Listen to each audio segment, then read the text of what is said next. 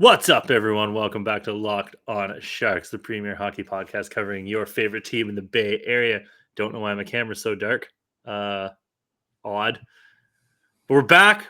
We're done with playoff previews. I'm sure the content boys will deliver more playoff content as the content well dries up. Because it always does. And then we replenish it with rain. We sacrifice one child to Anakin Skywalker. And then the content well fills back up again. But today, we have the content that all of you love and hold dear.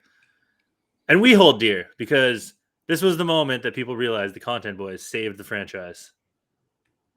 We didn't quite save it William Eklund style, but this is the beginnings. This is the groundwork. People, the groundswell. This was like our breakout performance.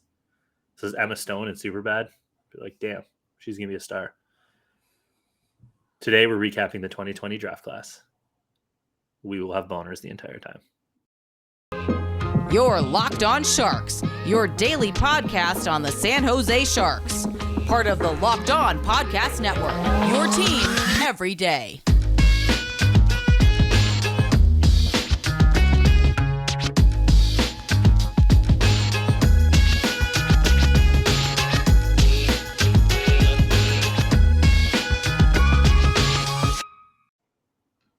I'm your host, Kyle Demetrius. Back with me as always, co-host JD, the Lindsay Nagel to my Gil.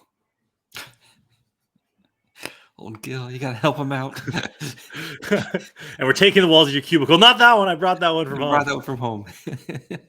Have you watched the reality, the Marge Becomes a Real Estate Agent episode recently?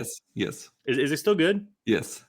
Because all I can remember is Cookie Kwan being. You talking about the West Side? You talking about the? That's all I can really remember from it. And then she was gonna sell. The B plot's really good too because what is it? It's Homer buys Snake's car at the police auction. Police auction, and then they're like fighting on the car at the end of it, and it's like, and Marge sells the murder house to the Flanders. So but then she goes back on it. Yep. Really weird episode. Was that season 11? 9 or 10? Yeah. So we talked about this recently. Seasons 1 is weird. It's like borderline unwatchable. 2 through 9 unassailable. 10 still, I would say 2 through 10 is a good thing. You can sort of see like the ground is a little soft in 10 in certain places. 11, really, you can see the cracks forming, and then when you get to 12, it's just not the same. It's those last few seasons, like 9, 10, 11. There's like a lot of good episodes, and then maybe not as good, or maybe a clunker. And then once you get to 12, it's like there's more bad episodes than good episodes. But there's still some good episodes, I think, all the way up to season 15. I have to go look again. I'm currently watching some season 13 episodes because I hate myself. My girlfriend lives 13,000 kilometers away, and I'm lonely. But the Barracuda won't be lonely next year because they're going to have plenty of fresh faces. We're going to look at the 2020 draft class, recap their seasons, and discuss about what we think the plan should be with them going forward. And we're going to go in order of how they were drafted.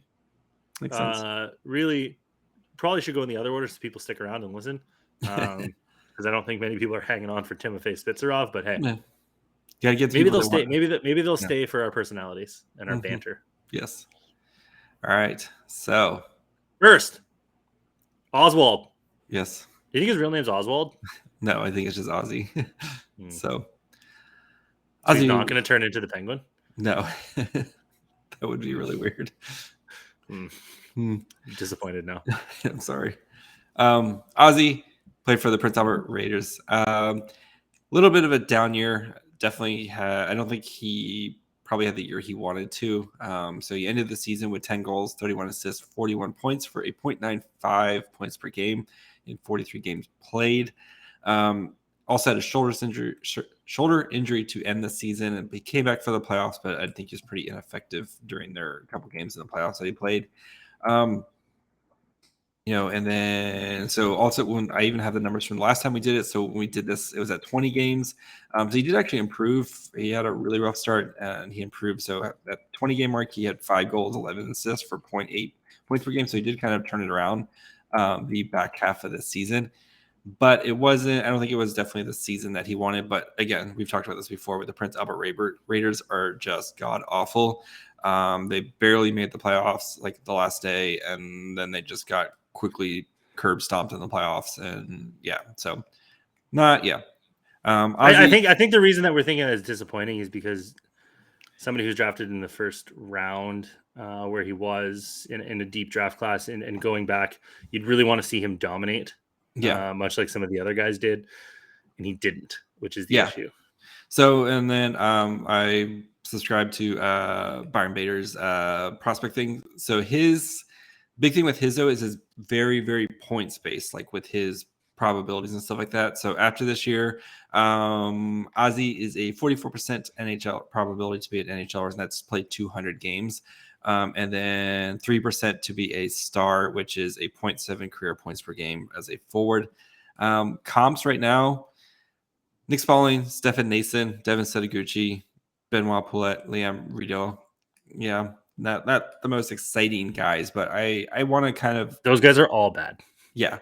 I want to say with this last season where it was based on injury / playing with just a awful team. And I think playing on the CUDA next year, I think we're going to see, because when we saw him playing with the other prospects and stuff like that, like he definitely stood out. And I think having some other talented players around him will definitely improve his game. So I don't even know who Liam Reddox is. Yeah. The hell is a Liam Reddox? No idea. So. Yeah, don't know who that is. Yeah, I don't know. Not everybody's going to pan out from a draft class, even though this draft class has been really good. He may be the guy that not pan out.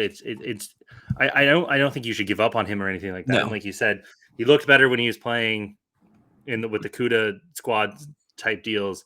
I think he's going to be on the CUDA. He's obviously went to San Jose, or he had shoulder surgery, but he was in consultation. No, with doctors. Didn't need surgery. They rehabbed it, so no surgery. But it was all done with the Sharks doctors and Sharks and stuff like that. So clearly, there's a plan to bring him into the fold next year, which I think would be wise. Get him. He's gonna be 20, or he is 20. Get him playing against pros. See if he can't kickstart some of that development rather than having him go back. Maybe it's just a case of a guy who really didn't want to go back. Didn't want to be in the juniors, which we see sometimes, and he's going to be fine. But I think you can definitely put his season in the concerning pile. Yes. Not that we're saying he's bad or not going to turn out to be really good. Just there is a little bit of concern when you're not producing. Yeah. When you're not producing, especially as a first round pick. Yeah. And you're one of the oldest guys on the team, et cetera, et cetera. So a little bit of concern there from old Oswald Cobblepot. Yeah. Somebody not concerning, Thomas Bordeleau. Should we hawk some money though first? Let's do Bordeleau first, and we'll hawk some money. So I know I want to hawk. Hawking. Thomas Bordeleau, University of Michigan, 37 games played, 12 goals, 25 assists, one point per game. When we looked at him halfway through the season, he had 18 games played, 6 goals, 13 assists for a 1.05. He did deal with some injuries kind of middle of the season. Are we just going to pretend that we have to do this? And not just go straight to the NHL? This doesn't matter anymore. It doesn't matter. People want to hear. Who gives a shit what he did at Michigan? So I'm trying to I want to make sure we're thorough. That's why the Content Boys, we provide the content, the thorough content. So thorough yet gentle podcasters. Yes. Played 2 games with the Barracuda where he put up 3 assists, and then also played 8 games with the Sharks with 5 points in there as well. So his kind of development. So 55% to play 200 NHL games, down to a 6% as a potential star producer. Some of his comps: Thomas Vanek, Adam got it, Brett Howden, Jamie McGinn, Brad Marchand. One of those guys is not like the other. Thomas Vanek also was like a multi-time 40-goal scorer. Thomas Vanek absolutely rules. 52% probability of being an NHL is hilarious when we just saw him be an NHLer. But I mean, here's all the people that Bordeleau had more points than. Remember, in 8 games. Yes. Jeffrey Veal, Jonah Gadjevich, Santeri Hitaka, who only played 9 games, John Leonard, Lane Pedersen, and Radim Šimek. Yeah. He had one less point than Ryan Merkley and Kevin LeBanc. Two less points than William Eklund. Yeah. More points than William Eklund. 2 less points than Nick Milosh. 3 less points than Megda and Shimolevsky. 4 less points than Scott Reedy. And 6 less points than Weatherby. Yeah. He will be on. I think he is the 3C next year coming out of camp. So yes. I think he's got to be. Yeah. You got to give him that shot. I mean, he looked good. He looked good. I still would have liked to see him get some burn with the top lines at the wing just to see how he goes. But I still also think that if you can sign or you can do some stuff and get another 3C, maybe have him slot into the top 6. Or, I mean, Bordeleau, somebody competent, Eklund on the wings, just to get them experience. Yep. Especially as next year turns out to be a lost season. But Bordeleau I think is the crown jewel right now of the 2020 draft class. It's so far it's looking that way. But some of the other guys coming up might not that there isn't competition. I just think No. what Bordeleau did at Michigan in 2 years and then coming into the Sharks and looking really good in those last couple of games. I think he's the guy right now, and they got him probably later than they should have, and teams are going to be kicking themselves that he didn't go in the 20s or the teens. All right, let's hawk some stuff. Hawk some shit. Hawk some shit. All right. Athletic Greens. That's some shit. That helps you with your stomach, with your optimized immune system. If you don't like taking pills or vitamins, but you still want to try to improve your nervous system, immune system, gut health, that's where Athletic Greens comes in. 1 delicious scoop of AG1. You're absorbing 75 high-quality vitamins, minerals, whole food source superfoods, and probiotics. Plus, the founder, he was spending up to $100 a day on his supplement routine, and then he decided this is ridiculous. So he created Athletic Greens to try to optimize his nutrition routine. And it costs you less than $3 a day. You're investing in your health. It's cheaper than your cold brew habit. It's cheaper than getting all the different supplements yourself. Investing in an all-in-one nutritional insurance. So to make it easy, Athletic Greens is giving you free 1-year supply of immune-supporting vitamin D and 5 free travel packs with your first time purchase. All you have to do is visit athleticgreens.com/NHL Network. Again, it's athleticgreens.com/NHL Network to take ownership of your health and pick up the ultimate daily nutritional insurance. Greens. Athletic Browns. Athletic Browns are what happens after you take the Athletic Greens. All right, next. Tristen in his old day. I think Tristen might be making a run for the potential. Yeah. Did you see what Bordeleau did? I know you wanted to flash yourself with his college stats that don't matter anymore, but did you see what he did with the Sharks? He did. He was very good. What has Tristen done? So Tristen, whenever Bordeleau's not on the screen, people should be asking, "Where's Thomas?" Where's Thomas? So Bordeleau, 62 games. He had 33 goals, 45 assists, 78 points for a 1.26 point per game. Casual numbers. Yes.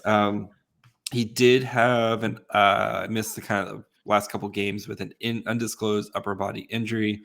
Came back for the playoffs, but really didn't do too much in the playoffs as well. I don't think the Blades were particularly good, correct?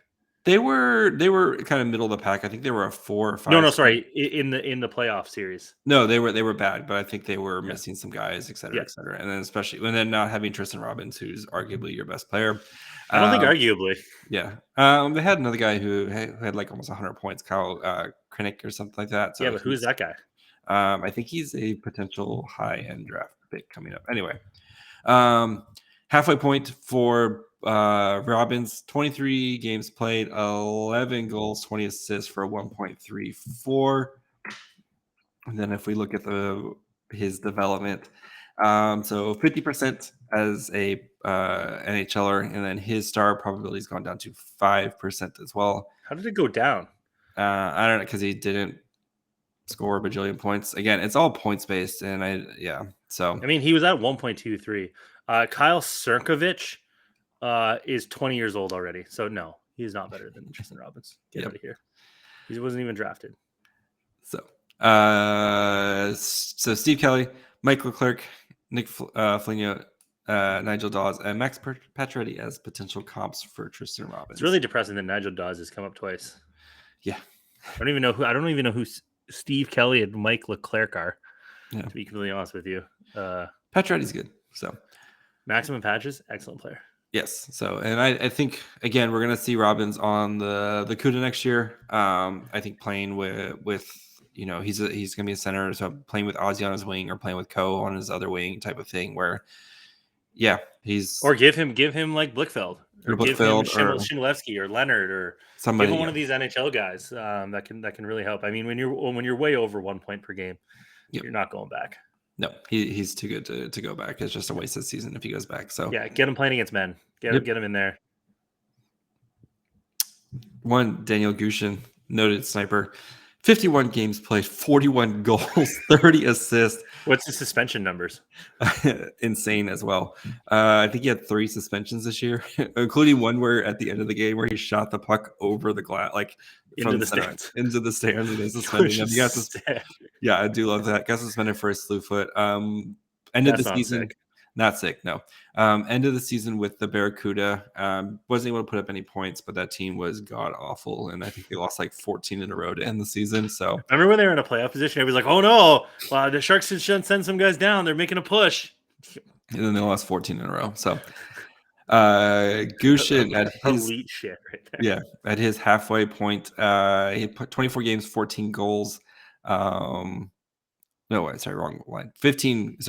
19 games, 15 goals, 9 assists for a 1.26. So he actually got better as the season went along, and really was basically the only scorer on that team. The Niagara Ice Dogs were god awful. They didn't make the playoffs, and like he had like 30 points, and the next closest guy was at like 40. He had 70 points that season, and like the next closest guy was like in the 30s. Daniil Gushchin was amazing. He'll be on the Barracuda next year. I can't wait to just see him dominate people. It's gonna be great. Gushchin's next closest. Oh, Pano, who's a draft eligible. He's pretty good. He might be a 2023 actually. He had 44 points in 54 games. Like I think Pano. Let's see here. Pano is eligible for he's only 17. Okay. So I mean, not as egregious, but then the next highest guy was Aiden Castle with 43 points. There's nobody on this squad. Yeah, they're bad. The 2 best players were the 2 best players, and then carried on. 41 goals is absolutely heinous. Yep. And he won a bunch of the OHL where, they had like the coaches polls and stuff like that. He had like sickest hands and shootout guy, and like he won a bunch of those stuff. So some of his so 50% NHL or probability, 5% star probability, which everybody's a 5% star. Just a 5% star. So unless he's like putting up a bajillion points. I'm so excited to hear you read the first name on the comp.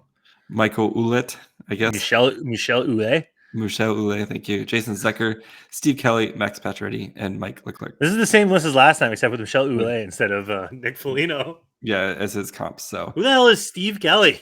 Who isn't Steve Kelly? So good point. We are all Steve Kelly. Let's go ahead and hawk some more stuff. I want to talk about Daniil. Oh, you want to talk about Daniil? Sorry, go ahead. Daniil, Captain and Daniil.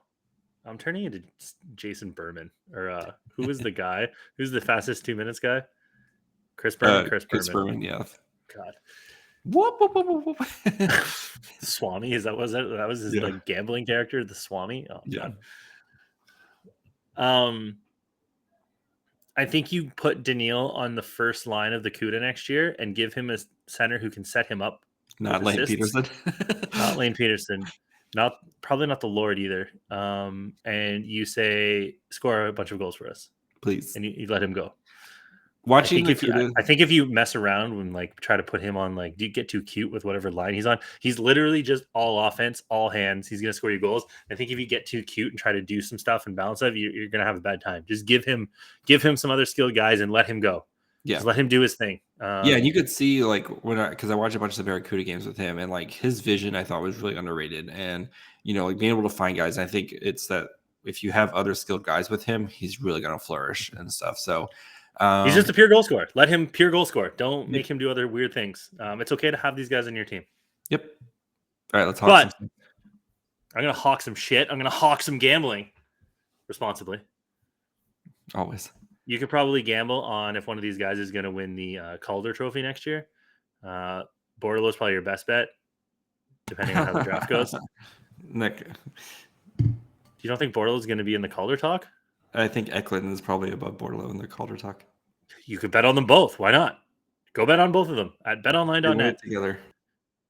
Because betonline.net is your number one source for all your betting stats and sports info. Find all the latest sports developments, like JD's theory that Eklund is better than Bordeleau. League reviews and news, including this year's basketball playoffs. Hockey playoffs are going on. Baseball just started. You could have probably bet on the draft that just happened for football. I'm sure you can bet on like F1, NASCAR. Footy just started. Go Hawthorn. No, you say go the Hawks. See, I'm learning. BetOnline is your continued source for all your sporting wagering information, from live betting to playoffs, esports, and more. Head to the website today or use your mobile device to learn more about the trends and action. BetOnline, where the game starts. Weirdo Australians also say up the Hawks, which is really weird. Say up. I don't know. I don't get it, man. I'm nervous. You'll be fine. I'll just get drunk. There you go. Next. Absolute monster. Just a man among boys. Brandon Coe. 62 games, 34 goals, 67 assists, over 100 points. 1.6. Excited to see his percent star probability rating come out. Yeah, 1.63 points per game. Halfway point, he had 24 games, 14 goals, 32 assists, 46 for 1.92. So actually slowed down a little bit. Well, yeah, because 1.92 is also mental. Yeah, he is up actually, I think, for the OHL Player of the Year. I would hope so. He put up 101 points. Yeah, I think he was 5th in scoring for the OHL. He was just an absolute man among boys. He will be on the Barracuda next year. It'll be great to see him actually playing against real competition instead of a bunch of children. Because, I really think that year in the AHL that he had last year really, really helped him with his development. So, Brandon Coe,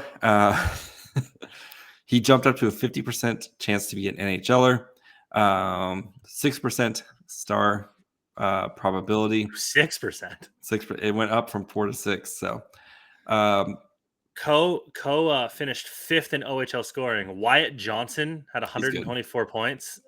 Remember when Dallas drafted him? People were like, I don't know. Good choice. Rory Currens had 118 points. What that is? He drafted by Calgary. Undrafted Lucas Edmonds had 113. Luke Evangelista, who was drafted by the Preds, had 111. Then Brandon Coe with 101. I thought Evangelista was the Stars. No, Evangelista plays is the Preds, according to Elite Prospects. Okay. Sorry. No, it's Strangers, the other guy. They have like 2 guys on that. Antonio Stranges. Yeah. Antonio Stranges is the Stars. He also plays on the London Knights. And then Logan Morrison is the only other guy over 100 points. He's also undrafted. Considering all the hand wringing that happened over Shane Wright, he was 8th in scoring with 94 points in 63 games. Yeah, he's gonna be fine. Yeah, come on, guys. The next highest Shark is Gushchin at 29. 29th with 71 points. Good season by Brandon Coe. Out of nowhere season. Yeah, it's not being able to play last year in the OHL because it was shut down, playing with Akuda, and I think that playing against, better competition, I think that he probably learned a lot of tricks and stuff like that, and that was probably best for his development. So his comps, Jacob Vrana, Riley Smith, Gilbert Diana, Andrew Mangiapane, and one Kevin LeBanc. We really got to work on your French names. I know. Gilbert Dion. Thank you. Gilbert is a great French name. Gilbert. Very good. So, he played for the Flyers, bro. Nice. My French is not very good. Merde. Yeah, it's very bad. So, Brandon Coe, I think he will be. I'm curious to see where he fits in with the Barracuda next year, especially with he's already played Barracuda games. He's one of the best scorers. He can pass. He's also big. He's big. He's 6'4". He has silky smooth hands, especially for a guy as big as he is. It's like insane how well he can control the puck in tight spaces, and he's got good vision. Yeah, like I know. It's like when you see a baby deer starting to learn how to walk and run, Yep. and then it's like jumping through the forest. That's what he's doing right now. He's doing right now, and North Bay they're continuing in their playoff run. He's been doing well in their playoffs, I think. So they're on to the second round right now. He currently has he has 9 points in 4 games. Yeah, that's just humming along. That's a 2.1 points per game pace. Yeah. Just humming right now. So good for him. Do you think he makes the Sharks? No, I think they let him continue his development path, and I wouldn't rush him. He's been on a good trajectory, and then maybe at the end of the season, if he's played well at the CUDA line, and they want to try to get him some games with the Sharks if the season's lost. Yeah, but I think the CUDA are going to be much better next year, and they came out and said that they want the CUDA to make the playoffs, especially when like only 3 teams don't make the playoffs in the Pacific. It's bad. So they're going to try to let all these kids play together and grow and develop. So I do think he's probably a guy who's probably earmarked for an early call up. Say there's some injuries, say there's whatever. Yeah. Would you be surprised if Brandon Coe got called up for a few games? And then I don't think it's out of the realm of possibility that Brandon Coe gets called up halfway through the season and just stays. Yeah. Because he's big. Yeah. He's got good hands. He has some scoring touch. that. I think he's just got the perfect recipe for Yep. playing 50 games, playing 38 games. Kind of like what we saw with Reedy this year, where he just except more like Yep. he plays like 38 games or something like that. Yep. I think there's that real possibility. Yep. All right, now we start the 7th round guys. My cousin Alex Young, 39 games, 10 goals, 21 assists, 0.79 points per game. He really kind of turned up, especially at the halfway point. He has 16 games, 5 goals, 7 assists. 9.75 points per game. So I think he started to kind of find his touch. He's still going to be playing for Colgate next year. He's whatever. So quite possibly will never be on the Sharks. Quite possibly never be on the Sharks. So weirdly enough, he wasn't even the leading scorer on his team. He had 31 points. Colton Young had 32 points. I think isn't that his younger brother? I think so. Oh, is it? I think so. I think they're related, but I don't pay too much attention. Oh yeah, brothers, Alex Young, Colton Young, and Kyle Young. The young trio. Outperformed by his younger brother. Yeah, he's probably. I mean, he probably a CUDA guy at some point, and that's probably about it with him, I would expect. So 31 points places him tied for 68th in NCAA scoring. For instance, he was outscored by Owen Power. Leading the NCAA was Bobby Brink with 57 and 41. I don't know. He might be on the. I mean, 1, 2, 3. I know I think he still has some NCAA time. So yeah, you get 4 years. Yeah. So he's only played 2. I don't see any reason why he would be on the CUDA, especially with how many guys, like the influx of dudes that are coming in. Yeah, let him keep playing with his college team and go from there. So yeah, and then if he starts to put it together, then you can figure it out. So kind of like with Scott Reedy, where he wasn't very good till his senior year, and then it was like, oh wow, look, that's Scott Reedy. So that's kind of what you're hoping for. Yep. And again, these 7th round picks are just dart throws. So like 0% star probability, 17% chance to make an NHL. There's some hilarious names on the comp though. Darby Hendrickson is hilarious. George Peros is just a big goon. Mm-hmm. Tom Kuhnackel, hilarious. Magnus Arvidsson, hilarious. Chris Jury, who is really good. Scored like a bajillion goals this year. Yeah. You know what? Chris Jury? Yeah, wrong guy. Sorry. My brain. You're thinking of Jack Jury? I don't know. Chris Jury is the GM of the Rangers. He was like good in the early 2000s. He scored a bunch of goals too. Chris Jury, I think, is the one that played Little League World Series with somebody. He's one of those guys where they always bring it up over and over. Like again. Clayton Kershaw. Yes, Chris Jury, I think, is one of the only people to win the Little League World Series and the Stanley Cup at the same. That's interesting. I need to Google this now because it's about Chris Drury Little League World Series. Yeah. Chris Jury. Yeah, he's in the U.S. Hockey Hall of Fame. Nice. Yeah, I think he's the only guy that's ever done that, possibly. Good for him. Which is hilarious. It's like one of those like weird things. But yeah, anyway, he lives in Connecticut or something like that. Next, Adam Raska. He played 49 games, had 5 goals, 9 assists, 0.29 points per game on the Barracuda this year. Halfway through the season, he was sitting at big fat zeros. So actually even got some Sharks games as well. I think he played a couple games. I want to say like 3 Sharks games as well. Noted goon. He's going to rough up dudes, et cetera, et cetera. That's his job. So 19% chance to play 200 games, 1% star chance. I want to see Adam Raska. I want to see the universe where Adam Raska is producing at 0.7 points per game. How many games? I'm going to ask you this. Will you get a drink of water? Because it sounds like you've been wandering. Sounds like you've been wandering the desert for many years. You're parched. How many games do you actually think Adam Raska played with the San Jose Sharks this year? 3. 5. 5. I knew it was 3 or 5. How many points do you think he had? 0. 1. That is correct. No, he had 0. How many PIMs do you think he racked up? I'll set the over-under at 6. Over 7. So he must have gotten a fight and then took a minor. Nice. Good for him. He's going to be on the CUDA next year. He's just like Jeffrey Veland waiting. He's whatever. Yep. To be honest with you. So, yep. Next, Linus Öberg, 52 games played. Öberg. What a great name to say.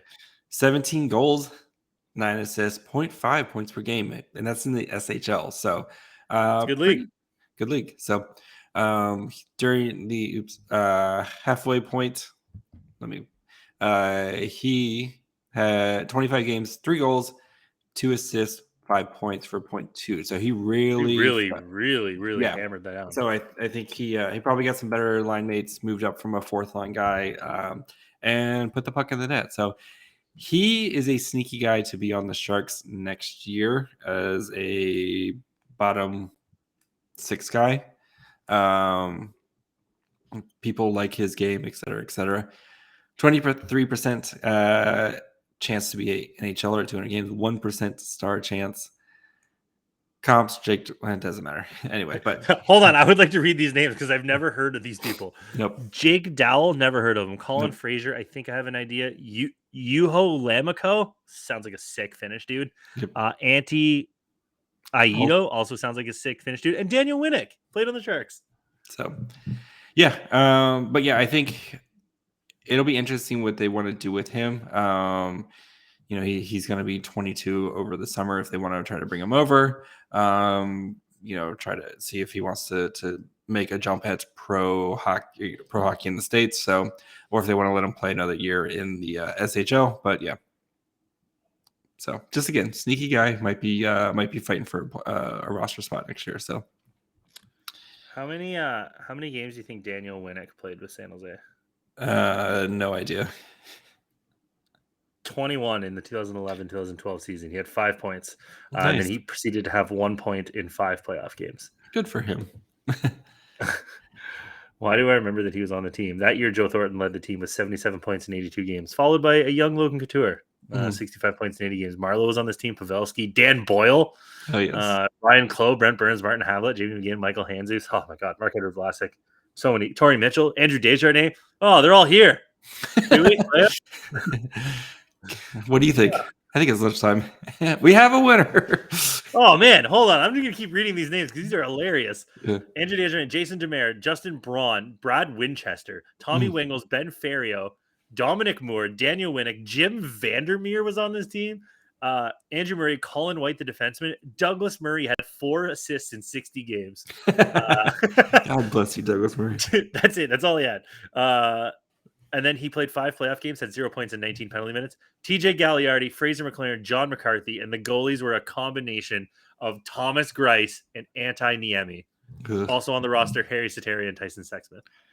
Nice. Greiss and Niemi both had dueling .915 save percentages. Thomas Greiss played 19 games. Antti Niemi played 68. What a roster that was. Oh, my God. Those were the days. Those are the salad days right there, buddy. 3 30-goal scorers, Couture, Pavelski, Marlowe. Yes. Someone who's probably not going to be scoring 30 goals in the NHL.